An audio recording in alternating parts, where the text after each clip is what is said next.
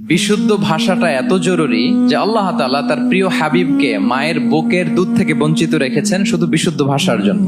একজন মানুষ সর্বপ্রথম কোন জিনিসের প্রেমে পড়ে জানেন? কথার প্রেমে পড়ে। কথার ধরন, কণ্ঠস্বর, তার অ্যাটিটিউড, তার শব্দের জাদু, এটা মানুষের হৃদয়কে জয় করে ফেলে। তো রাসূল সাল্লাল্লাহু আলাইহি ওয়াসাল্লামের এই এলোকোয়েন্স ছিল। তিনি বলতেন আল্লাহ তাআলা আমাকে সর্বমর্ম বাচন ভঙ্গির অধিকারী করেছেন। মানে উনি যেটা বলতেন এটা ছিল very precise in wording but comprehensive in meaning. এটার যে দোতনা, এটার যে appeal to the heart of the people, to the heart of the listener, এটা অসাধারণ। মানুষের হৃদয়কে জয় করে ফেলতো। আল্লাহু আকবার। তিনি এমন ভাবে কথা বলতেন, কথার মাঝখানে মাঝখানে পজ দিতেন, মানে একটু থামতেন যাতে করে শ্রোতারা বুঝতে পারে। এত চমৎকার করে ওনার প্রেজেন্টেশন ছিল, বক্তব্য মালাগুলো ছিল বলে যারা শুনতেছে ইজিলি মুখস্থ করে ফেলতে পারত। রাসূল সাল্লাল্লাহু আলাইহি ওয়াসাল্লামের সবচাইতে বড় ভাষণটি ছিল বিদায় হজের ভাষণ, খুব সম্ভবত। ওই ভাষণের টেক্সট গুলোকে যদি একসাথে করা হয় আমার মনে হয় 10 মিনিটের বেশি লাগবে না ওই টেক্সট গুলো পড়তে। তার মানে সবচাইতে বড় যে ভাষণ ওনার, ওটা কত ছিল? 10 থেকে 12 মিনিটের ভাষণ ছিল। আমরা তো ঘন্টার পর ঘন্টা বক্তব্য করি, তারপরেও তো আমরা মানুষের মনকে খুশি করতে পারি না। উনি সেই যে 1400 বছর আগে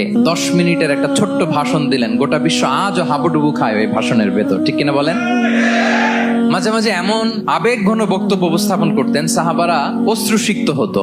আবার যুদ্ধের ময়দানে যখন কমান্ড করতেন তখন তিনি রেগে যেতেন, উঁচু কণ্ঠে তিনি কথা বলতেন, মনে হচ্ছে একজন সেনাবাহিনীর কমান্ডার তার ব্যাটালিয়নকে কমান্ড করছেন। আল্লাহু আকবার।